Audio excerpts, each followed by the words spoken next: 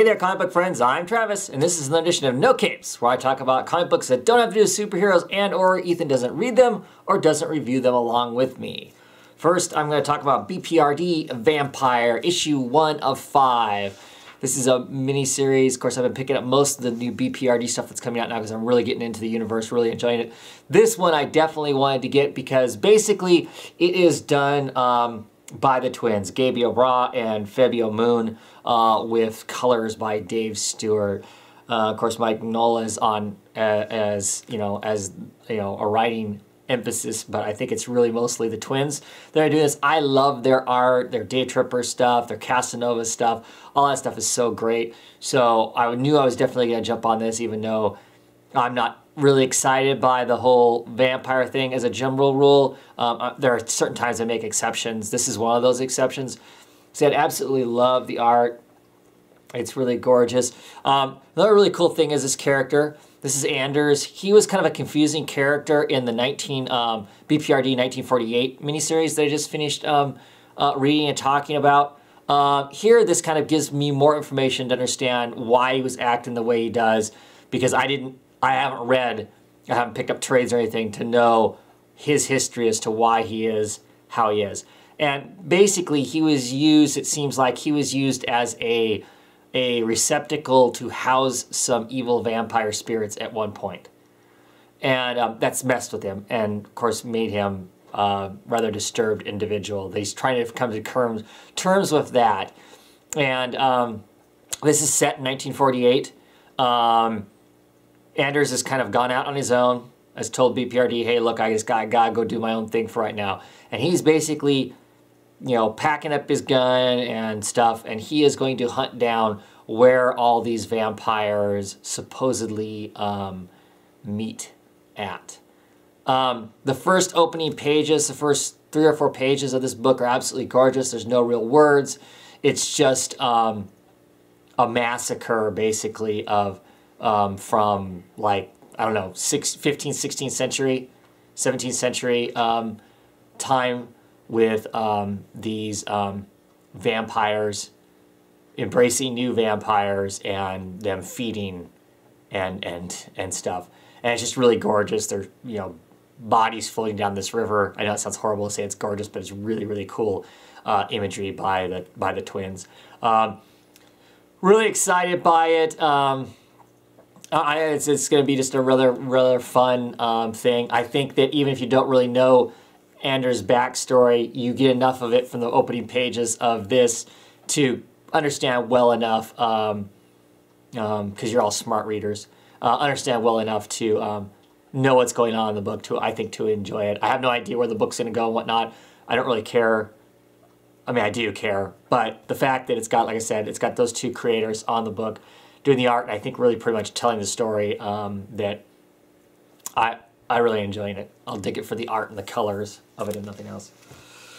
Okay, next I'm going to talk about East of West, issue 1, the book that everybody's been talking about. Really enjoyed this book. I like, anything that's set in the near future where things aren't quite as pleasant as what they are. And of course, this is definitely the case. A lot of interesting questions get placed in this. You've got an alternate history as opposed to during the Civil War. That all getting settled and then going on with the U.S. expanding across the rest of the country. It gets broken up into different little countries instead. They sign an armistice. There's a Native American area. There's an area that seems to be the Chinese have control over, the North, the South. And there's a zone right in the middle. That kind of like a demilitarized zone that everybody can operate in to some degree. Yeah, the 4 horsemen of the apocalypse have appeared. 3 of them have risen up. They're children. They have to grow up. They're not very happy with the fact they grow up. One of them is missing. It seems that Death is missing. It seems like Death has already arisen himself well beforehand, and is taking some personal matters into his own hands. And what personal matters could Death have? I'm not sure, other than he's gunning for the President of the United States at this point. And Death is accompanied by a Native American woman and a Chinese man who are uber destructive. we don't really know what's going on. So I'm really curious to find out. I'm excited and interested in the story based on that. The art is really cool in it. There's fabulous stuff like, it's kind of a Western, like they've never really moved out of that whole Civil War era kind of thing, except there is technology out there and stuff. I mean, Death rides this mechanical horse that's pretty cool looking. Basically like a turbine engine with legs on it. That was pretty cool. You know, twinges of heavy metal and that sort of thing from that and whatnot. A really good book. Looking forward to the next issues. I can't remember how many issues this thing is supposed to be. I think it's either 5 or 6, I think. But yeah, very fun read. Gotta get my yawn in. Okay, got my yawn in so I can continue my reviewing. Okay, now we're going to talk about Fatale, number 13. You know, I thought this one was a really interesting. I enjoyed this story, but one of the things I found really curious is the last issue that didn't have to do with Josephine, but had to do with the person who has the same affliction or powers or whatever you want to call it that Josephine has, kind of gave us maybe where Josephine's coming from in her issues and dealing with this whole thing that goes on. This one less so. I mean, this one told an interesting story and stuff, and it kind of gives us, I guess what it does is it gives us the information about the books that Josephine is so interested in having and hanging on to, now that I think about it. That's kind of what this introduces, in a sense, with this other woman who has the same abilities and whatnot. And she runs into people who aren't affected by her and stuff, which I found really interesting. It tells a good story, don't get me wrong. Really enjoyed it. Excellent artwork in it. I noticed that Dave Stewart isn't doing the colors for this book anymore. I thought he was originally. Now Jordi Bellari is. She's an awesome colorist, I think. She colors all kinds of stuff. She'll be coloring a lot of these books I'm talking about. I just started really noticing her name is popping up everywhere, and she's pretty cool. Talk with her occasionally on Twitter. But really cool story, all the same. Interesting one shot. I guess it, like I said, I think it gives us some information on where the books came from that Josephine finds so important, and how that maybe all factors into what's coming up. I don't know if we have any more single issue one shots coming up of Fatale or not, or if we're going to move back into the main storyline or not. Really curious to see where it goes, but still excellent book. Great sharp covers. Love this design of the book.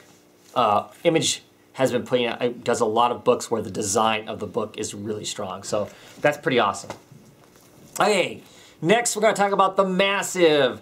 This is issue 10. This is part 1 of 3 of Polaris, The Breaker. My first issue / complaint with the book is this is a different artist. This is Gary Ernstine, and I didn't mind that the first like 5 issues was done by an artist, and then it changed to Gary Brown, and he's been doing the art. That change in art wasn't too dramatic and was okay. I really don't like the art in this one. I don't like the characterization. They don't have much life. I don't know if they knew this artist was going to be on, or that Gary was taking a break or whatever, because I think Gary's back on the next issue of this arc. So there's a lot more just information. It's more of an information burst on stuff that's going on around the world, and a small amount of characterization in it. So it's a good story as far as the story goes, but the art doesn't convey that story very well at all, I don't think. So that's somewhat unfortunate. The colors are still strong. You still get the right moods from the colors. This is a book that used to be colored by Dave Stewart, and now is being colored by Jordi Bellari. And like I said, from the last book, she does an excellent job of coloring. Maybe she didn't color that last book. I'm going to break from my smooth transition here from book to book to go back to Fatale to make sure that I'm not saying the wrong thing here, because I don't want to credit somebody that doesn't. Oh, I am wrong. I am wrong. She did not color this book. This book is colored by Elizabeth Broodweiser. So I apologize for that. Wrong information there. But got it corrected. Still an excellent book. But the Massive, still a really good story. I really enjoy it. We're starting to see what happens now that Callum is we know for sure he's diagnosed with cancer, and what does that really mean for him and the crew and where they go forward. And we're starting to really question where's Ninth Wave's place in this new world where everything is an environmental disaster, it seems. So, very good. Excellent color. The color manages to help maintain the mood despite the artwork that is not nearly as strong and the characters don't seem quite right. Hey, next we're going to talk about Dean Motter's Mr. X Hard Candy. This is a one-shot issue. This collects the stuff that has been in, I don't remember which issues, around 11, I think, of Dark Horse Presents. Not a bad story. I like this character. Here's the thing about this book. I like this character. I like the settings. I like the play on some of the stuff. It's kind of a Art Nouveau. I don't want to call it post-apocalypse because it's not, but alternate reality city that's dominated by all kinds of pharmaceuticals, especially pharmaceuticals that alter your perceptions in a way to make you smarter and that sort of thing. I like all that. I mean, it's cool. It's a cool idea and whatnot. I like the trappings around this book, but the actual story itself, the mystery, heiress to a company that used to make some of this brain candy, is kidnapped, and they hire Mr. X to investigate and save this heir. And the story itself is pretty straightforward and not really surprising. It's the trapping around it that's cool. So, whereas like I said, I like the trappings. I didn't actually. The story in and of itself was pretty simple. There's a miniseries coming up in like May, a new miniseries of Mr. X. Haven't decided whether or not I'm going to pick it up or not. Kind of depends on what other books are coming out when I'm curious about it.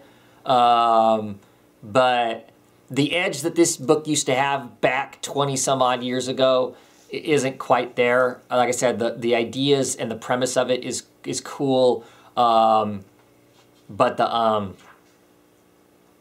the actual story itself, the mystery, there wasn't much to this. So I don't know what the next book is going to be, what it's going to entail and whatnot, but this is a cool character, and I like the character. So we'll see. I'll make a decision at some point on whether or not I'm going to keep, or whether or not I'll pick those up or not. This wasn't bad, you know, especially for the $3 that it was. It was entertaining. Has kind of a cool intro by another writer on the first page of it.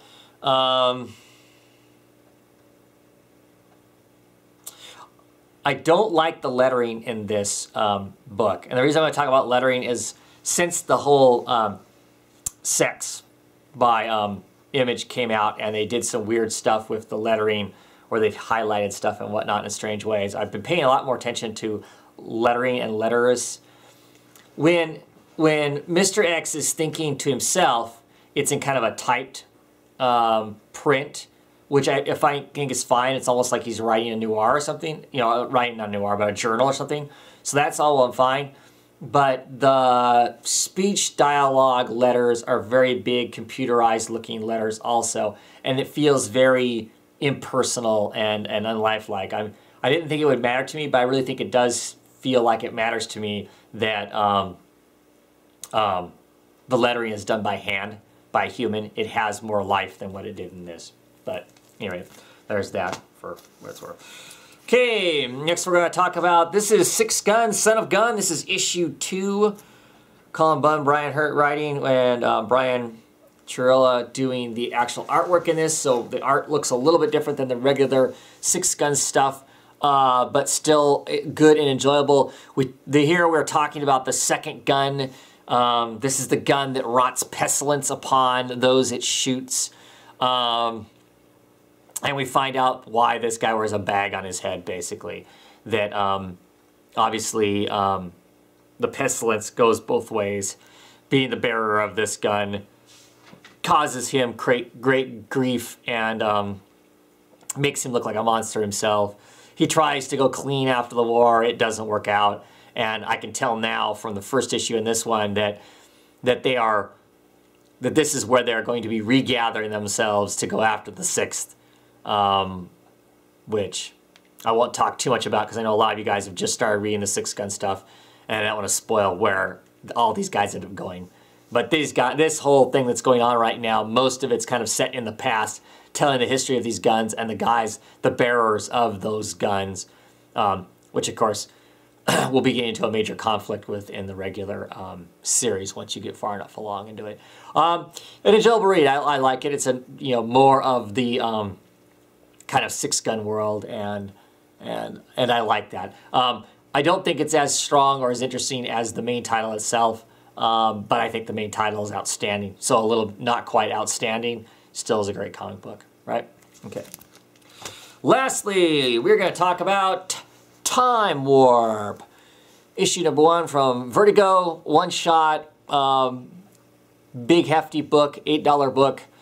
Lots of stories in it by different writers and different artists, just telling different kind of, time warp, time alternate type stories in here. I really like the first one, the Rip Hunter story. It's at the very beginning with Jeff Lemire doing the artwork and Damon LaFoe doing the writing. It was just a really fun story. I think it started the book out really well. I think it's probably one of the stronger stories for me in the book. There are some other really good stories. Gail Simone's got a pretty fun story in here. It was interesting. There was more than one book that had to do with Hitler. I thought that was kind of interesting in a sense. It's just curious that when we start talking about time travel and whatnot, that Hitler comes up in 2 different stories. Must mean that Hitler plays a lot on our psyche as far as really horrible people go and whatnot, and how that all is. But yeah, this wasn't bad. I didn't pay the $8 for it. I get my book discounted. Was it worth the $8? It's got enough page count to be worth the $8. So it wasn't bad. There were some good stories in it. Like I said, some strong stories and some stories that were just, okay. I do like these Vertigo big, things. They're kind of themed and whatnot. There's been a ghost one, time traveling, and that sort of thing. So I enjoy them. I think they're fun. I like anthology books, and that's what this is. So I enjoyed it for that. Plus, I love the fact they used the logo from the old Time Warp comic. You want to know more about that? Talk to Scott Constant Bromstar. I think he has like a full collection of the old version of it and whatnot. But yeah, it was enjoyable. Anyway, that's it for this week. It was a heavy week for No Capes. I think I got as many No Capes comics this week as I got superhero comics. But that's it. Hope you enjoyed me talking about the books. And if you have any questions, obviously get a hold of me down there in the comment section or whatever. And let me know if you're reading something that's a No Cape that I'm not reading. Just, hit me up. Let me know what it is. Maybe I'll be checking it out. I'm going to get on checking some of the ones out that people have talked about already. But I'm always curious to see what's out there, what other people are reading. What other kinds of stories people are expanding themselves with by reading and whatnot. It's pretty awesome. Anyway, have a great one, everybody.